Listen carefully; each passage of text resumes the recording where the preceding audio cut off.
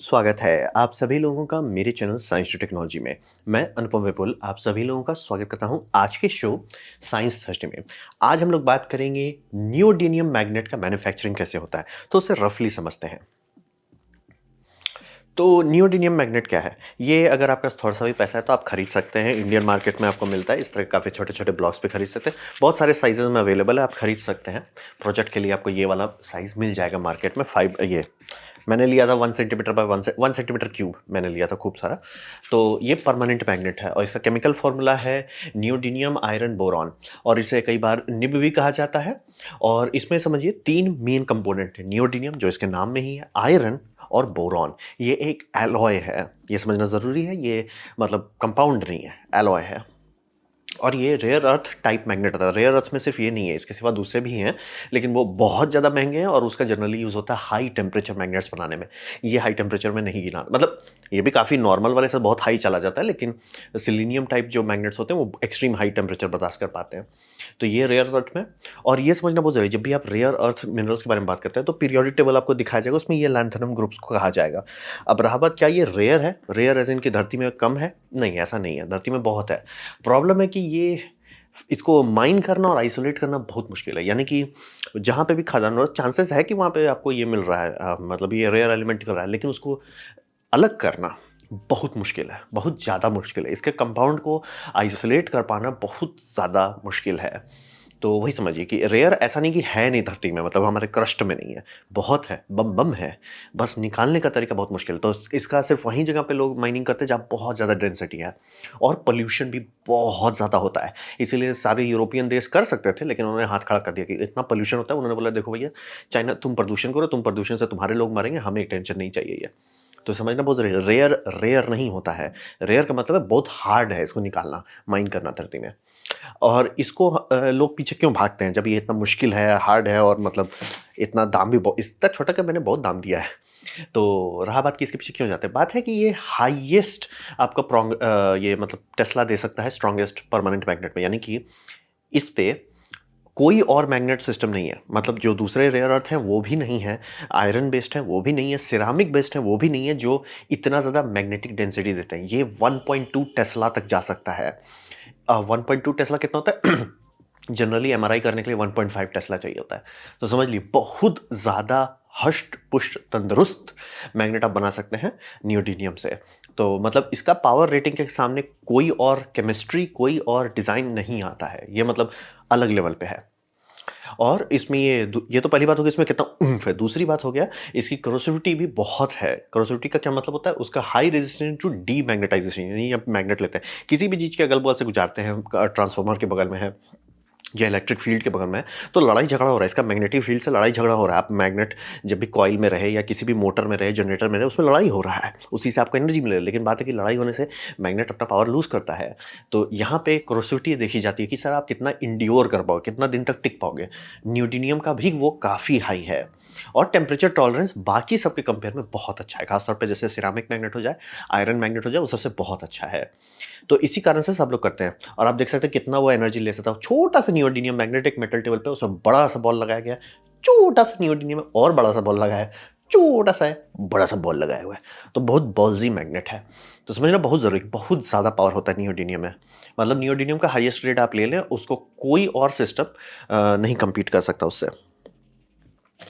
तो ये हो गया आपका, इसीलिए नियोडिमियम के पीछे सब लोग भागते हैं। ये इलेक्ट्रॉन माइक्रोस्कोप में देखिएगा, ये उसका क्रिस्टल लैटिस स्ट्रक्चर है। तो अब बात करते हैं बनता कैसे। तो बनवाता है, स्टार्ट होता है पाउडर बनाने से। पाउडर क्या किया जाता है? पाउडर को इस तरह के फर्नेस में लगा। बोलेंगे यार फर्नेस है, फर्नेस के ऊपर ढक्कन क्यों है? बात ये फर्नेस वैक्यूम फर्नेस है। यानी कि फर्नेस के अंदर फर्नेस लगाया गया और फर्नेस को पूरी तरह से वैक्यूम किया जाएगा। और इसमें वैक्यूम इंडक्शन मेल्टिंग जनरली इस्तेमाल की जाती है। और ऐसा क्यों? बात है कि जो जो मटेरियल्स का बात करें वो ऑक्सीडाइज बहुत जल्दी होता है। आयरन बहुत ऑक्सीडाइज होता है, नियोडिमियम ऑक्सीजन से सीधे शादी ही कर लेता है। तो इसीलिए इसको पूरी तरह से ऑक्सीजन से अलग रखना है। तो आप जब इसको मेल्टिंग कर रहे हो वैक्यूम में करना होता है, नहीं तो ऑक्सीडाइज इतना जल्दी होगा कि पूरा मटेरियल स्वाहा हो जाएगा। तो वैक्यूम इंडक्शन करके आप ये किए ओजोन ये ऑक्सीजन फ्री। फिर जो लिक्विड मेटल निकलेगा उसको आप डंप करते हो। उसको आप देखें कि ये रोलर जो है उस रोलर पे डंप करते हैं, और वो रोलर जो है वो पानी से ठंडा किया जाता है, और उसमें मतलब कंटिन्यूसली रोलर चल रहा है, उसमें पानी से पूरा तेजी से ठंडा कर रहा है, उस पर आप हॉट मोल्टन मेटल मिक्सचर जो है उसको आप डाल रहे हो, तो उससे ये फ्लेक बन जाता है, मतलब पतला सा फ्लेक बन के टूट टूट के गिरने लगता है। तो ये हम लोग करते हैं ताकि फ्लेक्स छोटा छोटा बन जाए। अब बात है कि फ्लेक बना है, अभी आपको पाउडर चाहिए, तो फ्लेक को करने के लिए उसमें हाइड्रोजन डिकैपिटेशन करते हैं, यानी कि मेटल में आप लोग जानते हो कि हाइड्रोजन का बात होता है कि हाइड्रोजन हर क्रिस्टल लैटिस के आर पार जा सकता है, तो उसे इस तरह के अवन में ठूंसा जाता है, मतलब अपने लिया, इसको अवन में डाला, अवन में प्रेशर डाले, टेम्परेचर डाले और हाइड्रोजन डालने लगे। हाइड्रोजन से मतलब आप गैस का इस्तेमाल करके प्रेशर कर रहे हैं, वो अंदर क्रिस्टल लैटस मतलब जहाँ पे दो क्रिस्टल बाउंड्रीज है उसके अंदर घुस के तोड़ देगा, तो बहुत छोटा कर देता है, मतलब भुरभुरा करके तोड़ देता है। उसके बाद भी आपका उतना छोटा नहीं होगा जितना आपको चाहिए, तो जेट मिलिंग की जाती है, यानी कि वो जो रफ पाउडर है उसे जेट मतलब प्रेशराइज जेट का इस्तेमाल करके और छोटा महीन पाउडर करते हैं, तब जाके आपको फाइनल पाउडर मिलता है। तो यहाँ तक तो आपसे सिर्फ अभी पाउडर आया, अभी मैग्नेट बहुत दूर है, अभी सिर्फ पाउडर आपने बनाया है, जो मटेरियल है यहीं पे आपका डिसाइड होगा कौन सा एलॉय बन रहा है। यानी कि जो मैं एग्जैक्टली कह रहा हूँ कि आयरन, ये मतलब नियोडीनियम, आयरन और बोरॉन है, इसके रेशियोज, इसमें सीक्रेट कंपोनेंट, सीक्रेट सॉस, मतलब बहुत सारी चीज़ डाला जाता है बटर मसाला के लिए, वो उससे फ़र्क पड़ता है कि कौन सा ग्रेड का है। कुछ कुछ डिज़ाइन ऐसा रहता है जो कम पावर का रहता है लेकिन बहुत हाई टेम्परेचर बर्दाश्त करता है, कुछ कुछ बहुत ज़्यादा डेंसिटी रहता है लेकिन लॉन्ग लाइफ नहीं रहता है, तो डिपेंड करता है। ये सब आप मेल्टिंग स्टेज में डिसाइड करोगे, और ये जितना भी स्टेजेस है, जितना कम ऑक्सीजन के अंदर आप कर सकते हो उतना बल्ले बल्ले। अब बात करते हैं इसकी मोल्डिंग कैसे करते हैं। फिर आपको मतलब ये सारे साइज चाहिए, अभी तो आपने सिर्फ पाउडर बनाया, तो पाउडर को लेके ओवर साइज ब्लॉक बनाए जाते हैं, ये समझना बहुत जरूरी है। जैसे कि मान लिया अगर आपका सपना है कि भैया मैं 1 सेंटीमीटर का क्यूब बनाऊंगा, 1 सेंटीमीटर का मोल्ड नहीं होना चाहिए, मोल्ड आपका होगा अराउंड 1.5 सेंटीमीटर का मोल्ड होगा। मोल्ड हमेशा बड़ा रखा जाता है, जो आपका फाइनल होगा उससे, ये समझना बेहद जरूरी है। तो जो भी आप ये सब देख रहे हैं, इससे बड़ा मोल्ड बनाया जाएगा, ओवर साइज रहता है हमेशा, और इसको फॉर्म करते हैं, मतलब लेके मतलब हाइड्रोलिक प्रेस में गाड़ी खोली जाती है, उसको कंप्रेस करते हैं, मतलब ये जो पाउडर है उसको कंप्रेस करते हैं। कंप्रेस क्यों करते हैं? ताकि उससे वॉइड हट जाए, खाली जगह हट जाए, उसको पूरा कंप्रेस करते हैं, और ये मैग्नेटिक फील्ड के अंदर किया जाता है। ऐसा क्यों?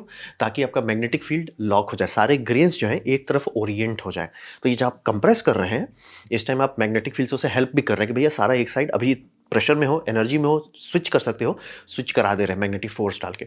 फुल पावर नहीं डाल रहे हैं, लेकिन इतना डाल दे रहे हैं कि आप इसको मतलब समझे, थोड़ा सपोर्ट करके भैया इस डायरेक्शन में जाओ ना, थोड़ा अच्छा रहेगा, वो आप कर दे रहे हैं। फिर इसे ऑयल प्रेस में डाला जाता है। बोलेंगे ऑयल प्रेस क्या हुआ? बात है कि आपने कंप्रेशन किया, कंप्रेशन जनरली जो भी हाइड्रोलिक रहते हैं वो एक हर साइड से नहीं कंप्रेस कर पाता, कितना भी अच्छा आप ले लो, तो उसके लिए ऑयल प्रेस लिया जाता है, जो आइसोस्टैटिक प्रेशन करता है, यानी कि आपने मैग्नेटिक से प्रेशराइज कर दिया है, काफ़ी अच्छा आ गया, लेकिन अभी भी थोड़ा दबाया जा सकता है, तो और दबाने के लिए ऑयल प्रेशर करता है। तो उसका एक बहुत सबमरीन का जैसे टेस्टिंग होता है उसी तरह का एक चेंबर रहता है, उस चेंबर में डालते हैं और ऑयल का बम बम प्रेशर डाला जाता है, वो उसको और छोटा करता है। इसीलिए बोले मोल्ड का आपको जो साइज होगा वो बड़ा होना चाहिए, नहीं तो अगर आप लिए ना कि अच्छा भैया मैं 1 सेंटीमीटर के लिए 1 सेंटीमीटर का मोल्ड बनाए, फाइनल आपका 5 मिलीमीटर हो जाएगा, तो आइसोमेरिक प्रेस में और छोटा कर दिया। अब उसके बाद इसको स्टीयरिंग में भेजा जाता है।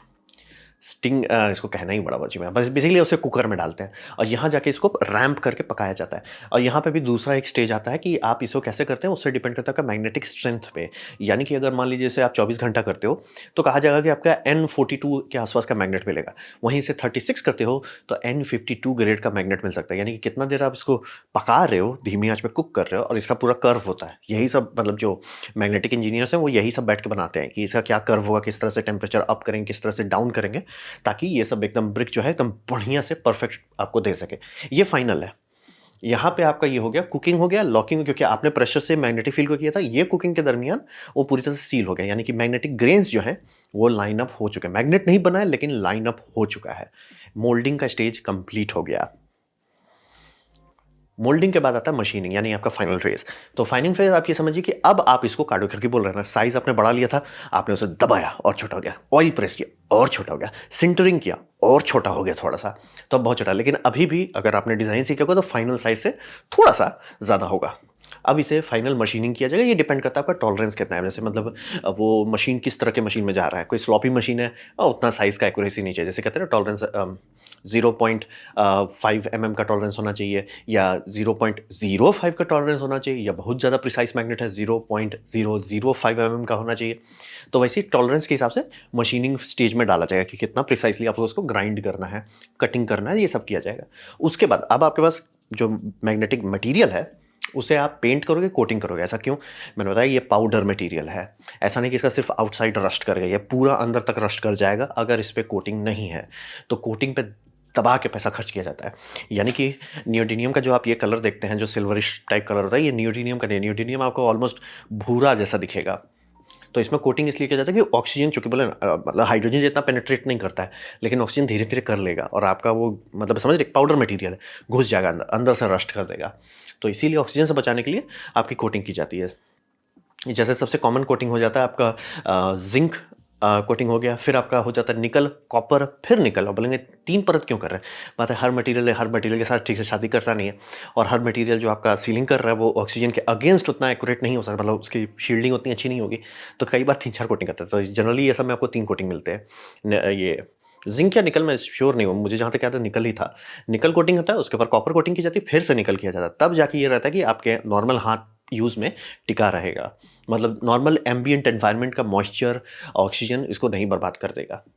तो ये करना बहुत ज़रूरी है। और रहा बात कि ये ऐसा नहीं कि यही कोटिंग है, बहुत और कोटिंग भी होती है। जैसे आपको गोल्ड कोटिंग हो जाए, इपॉक्सी कोटिंग हो जाए, सिल्वर कोटिंग हो जाए, ब्लैक जिंक कोटिंग हो जाए, डिपेंड कर, कंपनी बहुत लिस्ट देती है। और वही देखिए आपका ग्रेड्स भी हो गया। और ग्रेड 2 तरह के आते हैं। पहला तो आपका हो गया N35, N38, N40, N42, ऐसे से, ये तो आपका पावर ग्रेड हो गया। फिर हो गया जिसे स्ट्रेंथ नापा जाता है। दूसरा हो गया आपका ग्रेड टेम्परेचर में, यानी कि जैसे मान लिया आप ड्रिल मोटर के लिए बनाना चाह रहे हैं BLDC, और उसके लिए आप मैग्नेट चूज़ करोगे और आप टेस्टिंग करोगे कि सर कितना हॉट हो रहा है। आप देखोगे सर तो बम हॉट हो जा रहा है, मतलब मैग्नेट पे मेरा टेम्परेचर 80 से ऊपर चला जा रहा है, तो यानी एन ग्रेड आपके लिए काम नहीं करेगा। आप देखोगे NM लेते हैं। अब रहा बात कि आप अपने कंप्यूटर का स्टडी करोगे, देखो सर कंप्यूटर का बहुत शिकायत आ रहा है, सर पावर बहुत जल्दी लूज करता है मैग्नेट। तो आराम से आप जाओगे, भैया हमको एक काम करो NH दे दो। तो NH आपका जो है 120 डिग्री सेल्सियस, यानी कि आप मोटर को ओवर हीट भी कर रहे हो तो 120 डिग्री सेल्सियस तक का बफर है मैग्नेट डीमैग्नेटाइज होने से। तो ग्रेड वैसे भी चूज़ किया जाता है। जैसे विंड फार्म सब में जो मैग्नेट लगाते हैं बहुत हाई टेम्परेचर का रहता है, पता नहीं क्यों, बट बहुत हाई टेम्परेचर रेटिंग डाली जाती है। वो सब में कुछ कुछ केसेस में NUH या NEH 200 डिग्री सेल्सियस कंटिन्यूस रह सकता है, यानी कि वो चल रहा है, गर्म हो रहा है, it's like bro I got this, me good, मी संभाल लेंगे, कोई टेंशन नहीं। मतलब आप लोग देखते हो 3D प्रिंटर में जो बिल्ड प्लेट आता है मैग्नेटिक, कहते हैं ना 80 से ऊपर चले जाओगे वो काम नहीं करेगा, क्योंकि वो लो ग्रेड है, N ग्रेड है। अगर उसके जगह पे मान लीजिए मैं ले लेता हूँ आपका NEH ग्रेड ले लेता हूँ, उसको तो कोई फर्क ही नहीं पड़ेगा। लाइक भाई क्या क्या 80 डिग्री का बिल्ड प्लेट गर्म हो रहा है, उससे मेरे को फर्क क्या पड़ेगा। तो ये हो गया, मशीनिंग कर दिया आपने। अब इसके बाद आपने साइज बना लिया, आपने कोटिंग कर दिया, अब इसे मैग्नेट में बदलेंगे, यानी कि इसे मैग्नेटाइज किया जाएगा। मैग्नेटाइज करने के लिए बम बम मात्रा में एनर्जी डाली जाती है, बिग करंट डाला जाता है। और करंट इसको नापेंगे कैसे? एम्प्स में सही यूनिट नहीं है, क्योंकि आप मैग्नेटिक फील्ड की बात कर रहे हो, तो उसका सही यूनिट है किलो एम्पेयर पर मीटर, यानी कि KA/M, ऐसे करके नापा जाता है।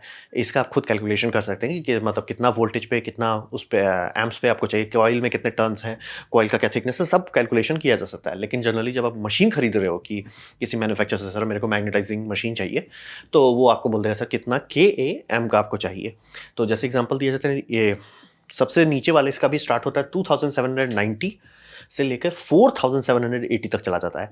जनरली यहाँ पे बहुत ज़्यादा करंट का इस्तेमाल करते हो, वोल्टेज नहीं, वोल्टेज ज़्यादा आपका कोई काम का नहीं है, लेकिन करंट बहुत काम का है। तो 1000 किलो एम्प्स से तो बात ही हो रहा है, तो आप समझ लीजिए बहुत एम्प्स का बात होता है। ओह, लाइन आया।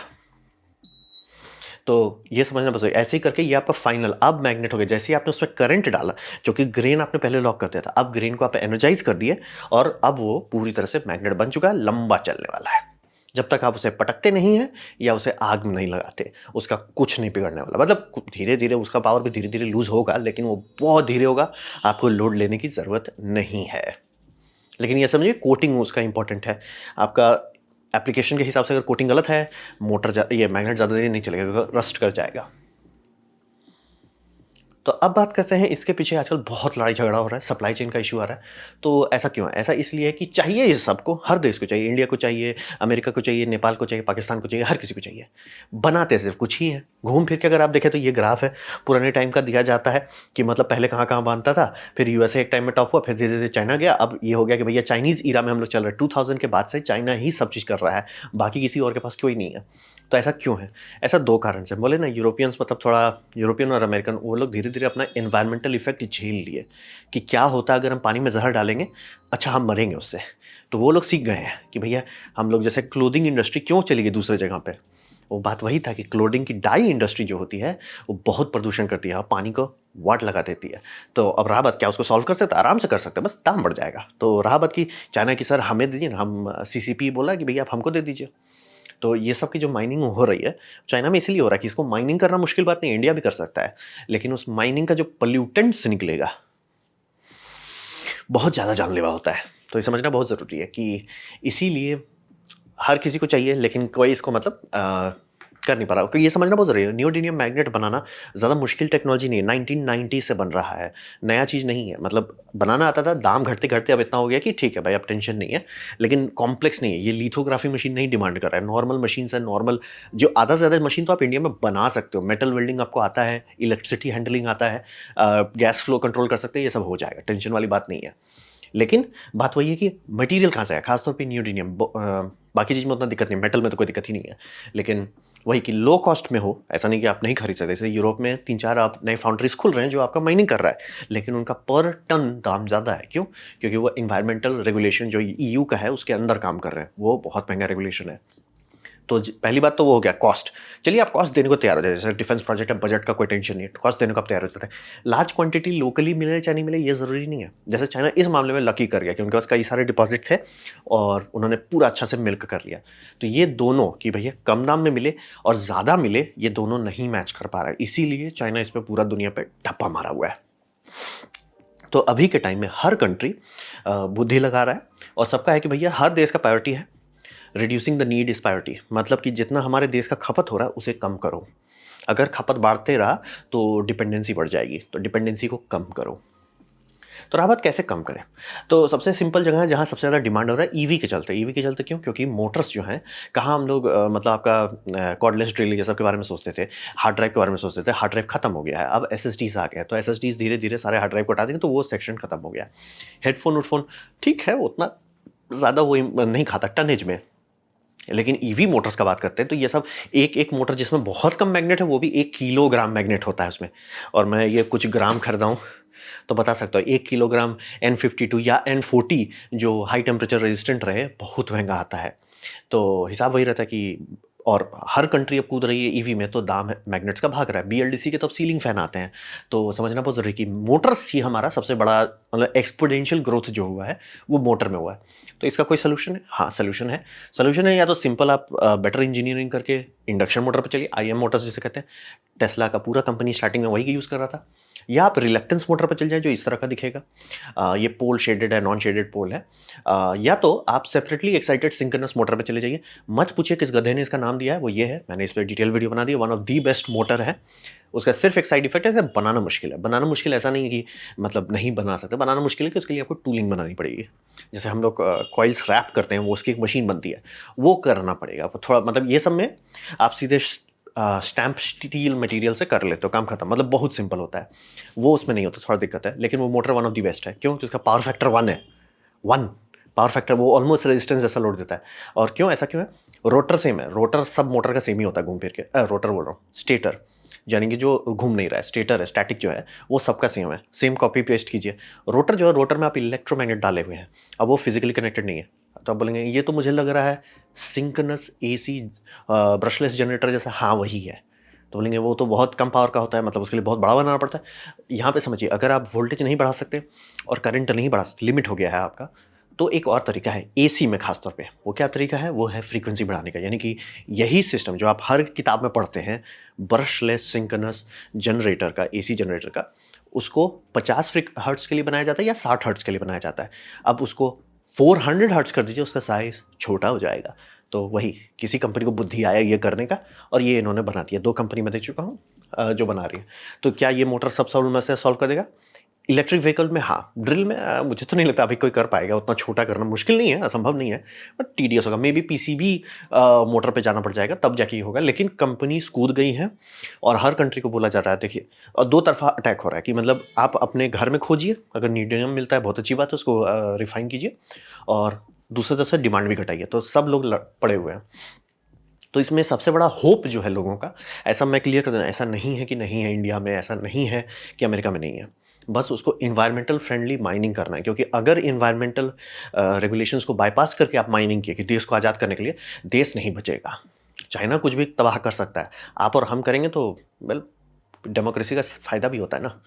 तो वही है, सप्लाई चेन इसीलिए प्रॉब्लम में है। और नीचे मैंने खूब सारे वीडियो दे दिए हैं, प्लीज़ टाइम लेके देखिए। तो ये था मेरा प्रेजेंटेशन, नियोडीमियम मैग्नेट्स कैसे बनाए जाते हैं। उम्मीद करता हूँ आपको अच्छा लगा, कुछ सीखने को मिला, कुछ समझ में आया। अगर ऐसा है, लाइक कर दे, दोस्तों शेयर कर दे, उससे मेरा काफ़ी भला होगा। नहीं अच्छा लगा, नहीं पसंद आया, कोई बात नहीं, आप डिसलाइक दबा सकते हैं। मैं कहूँगा डिसलाइक 2 बार दबाएँ, उससे मुझे पता चलेगा कितना नापसंद हुआ है। मैं आपसे कहूँगा कमेंट लिखें, मैं हर कमेंट को पढ़ने की कोशिश करता हूँ। आपसे कहूँगा सब्सक्राइब कीजिए, बेल दबाइए अगर आप फ्री हैं तो। आपने मेरा वीडियो देखा, जानकर मुझे बहुत खुशी हुई। धन्यवाद।